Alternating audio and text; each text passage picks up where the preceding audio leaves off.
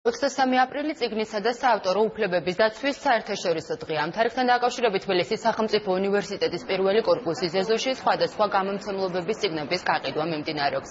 11-დან 19 საათამდე 20-ზე მეტი ქართული გამომცემლობა მკითხოს სხვადასხვა ჟანრის ლიტერატურას მნიშვნელოვანი ფასდაკლებით სთავაზობს. წარმოდგენილია როგორც ძველი, ასევე უახლესი გამოცემები და თარგმანები მკითხველს ქართულ ავტორებთან შეხვედრის შესაძლებლობაც აქვს. ღონისძიება წიგნის გამომცემელთა და გამავრცელებელთა ასოციაციის მიერ ტარდება. ეს დღე იუნესკოს ეგიდით დამკვიდრდა და უკვე 22 წელია მთელ მსოფლიოში აღინიშნება. საქართველოს წიგნის გამომცემელთა და გამავრცელებელთა ასოციაცია ტრადიციულად აღნიშნავს ამ დღეს თესეუგ მასპინძლობს წლევანდელ ღონისძიებაზე და 20-ზე მეტი გამომცემელი წიგნის ერთდღიან გამოფენა გაყიდვას მოუწყობს მკითხველს.